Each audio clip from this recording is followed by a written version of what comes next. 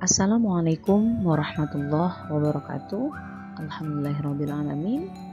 Apa kabar anak-anakku semuanya? Mudah-mudahan kalian semua dalam keadaan sehat dan kita semua selalu dalam lindungan Allah Subhanahu wa ta'ala. Bertemu lagi di mata pelajaran pendidikan agama Islam. Kali ini kita akan membahas materi tentang kewajiban beribadah, bersyukur, dan berbuat ihsan kepada Allah dan sesama manusia. Sebelum kita mulai materinya, alangkah lebih baiknya kita berdoa terlebih dahulu. Berdoa dipersilakan.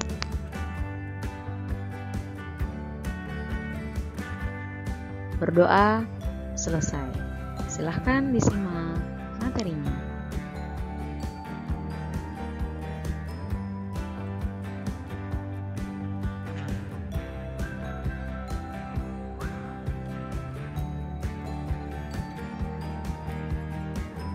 Perintah berlaku ihsan. Ihsan dari sisi kebahasaan, kata ihsan ini berasal dari kata kerja atau fi'il, yaitu hasuna yahsunu hasanan, yang artinya adalah baik. Nah, kemudian mendapat tambahan hamzah di depannya, menjadi ahsana yuhsinu ihsanan, yang artinya memperbaiki atau berbuat baik. Itu menurut bahasa tentang ihsan. Menurut istilah, ihsan pada umumnya diberi pengertian dari kutipan percakapan Nabi Muhammad SAW dengan malaikat Jibril. Pada saat itu, beliau menjelaskan makna ihsan. Berikut hadisnya riwayat Bukhari dan Muslim, yang artinya Rasulullah SAW bersabda, "Kamu beribadah kepada Allah seolah-olah kamu melihatnya. Jika kamu tidak melihatnya, maka sesungguhnya Allah melihatnya."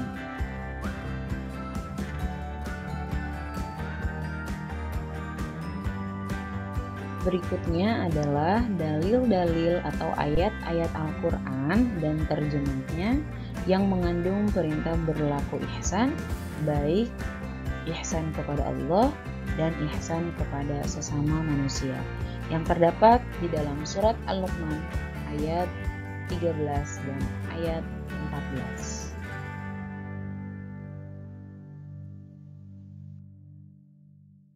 Berikut ini adalah ayat Al-Quran dan terjemahnya yang mengandung perintah berlaku ihsan.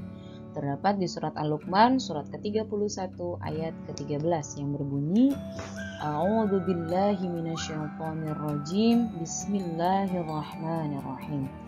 Wa idz qala Luqmanu libnihi wa huwa ya'iduhu ya bunayya la tusyrik billah inna syirka la dzulmun 'adzim. Yang artinya, dan ingatlah ketika Luqman berkata kepada anaknya di waktu ia memberi pelajaran kepadanya, "Wahai anakku, janganlah kamu mempersekutukan Allah. Sungguhnya mempersekutukan Allah adalah benar-benar kezaliman yang besar."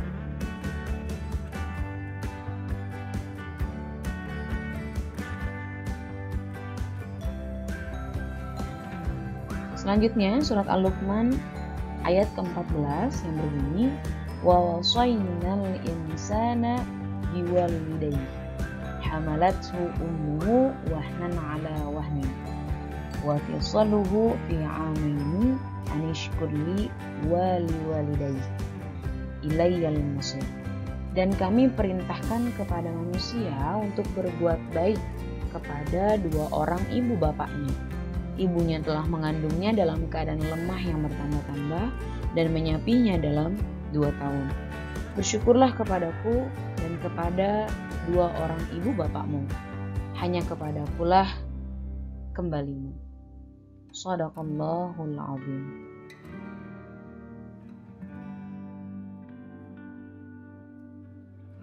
Selanjutnya di sini ada ruang lingkup ihsan. Kepada siapa saja sih kita harus berbuat ihsan atau harus berlaku ihsan?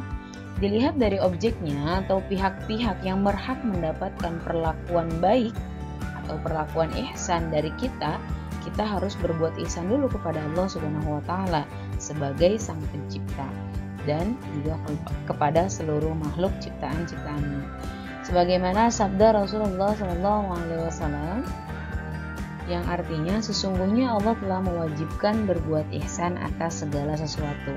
Nah, secara lebih rinci, pihak-pihak yang berhak mendapatkan ihsan ialah sebagai berikut. Yang pertama, ihsan kepada Allah Subhanahu wa taala. Contohnya seperti apa? Beribadah kepada Allah seakan-akan kita melihat Allah. Yang kedua, beribadah dengan penuh keyakinan, keikhlasan bahwa Allah sedang melihat kita.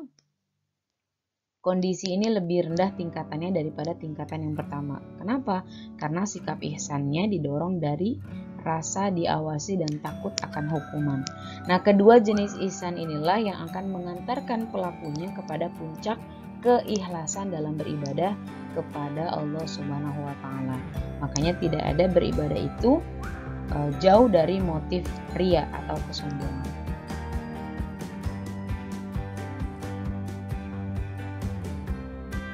Selanjutnya, masih ruang lingkup ihsan, ada ihsan kepada sesama makhluk ciptaan Allah. Makhluk ciptaan Allah ini kan banyak. Apa saja sih?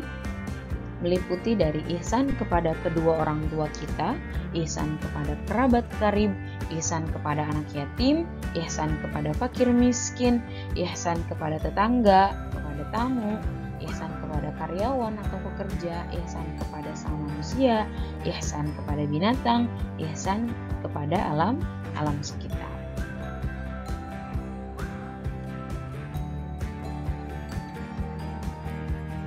Nah, setelah kita mengetahui pengertian ihsan, dalil-dalil dan ayat-ayat tentang ihsan, bahkan ada juga tadi hadisnya. Setelah itu kita mengetahui ruang lingkup ihsan itu apa saja.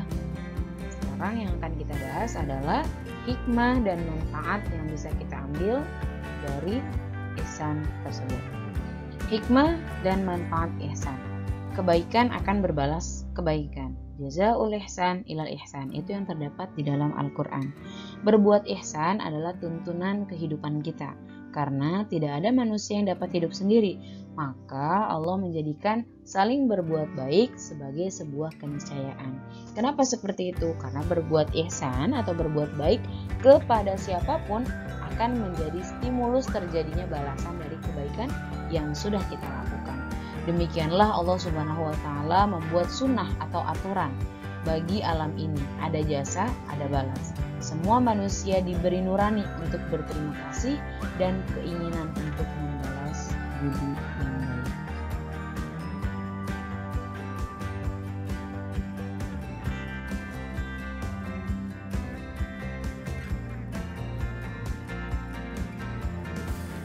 Itu saja materi pada kali ini. Mudah-mudahan kita semua bisa berlaku ihsan sesuai dengan ruang lingkup baik kepada Allah dan kepada sama manusia. Jazakumullah khairan. Ma'assalamah ila liqa. Sampai ketemu di materi selanjutnya. Jangan lupa di like, di komen, dan di subscribe. Wassalamualaikum warahmatullahi wabarakatuh.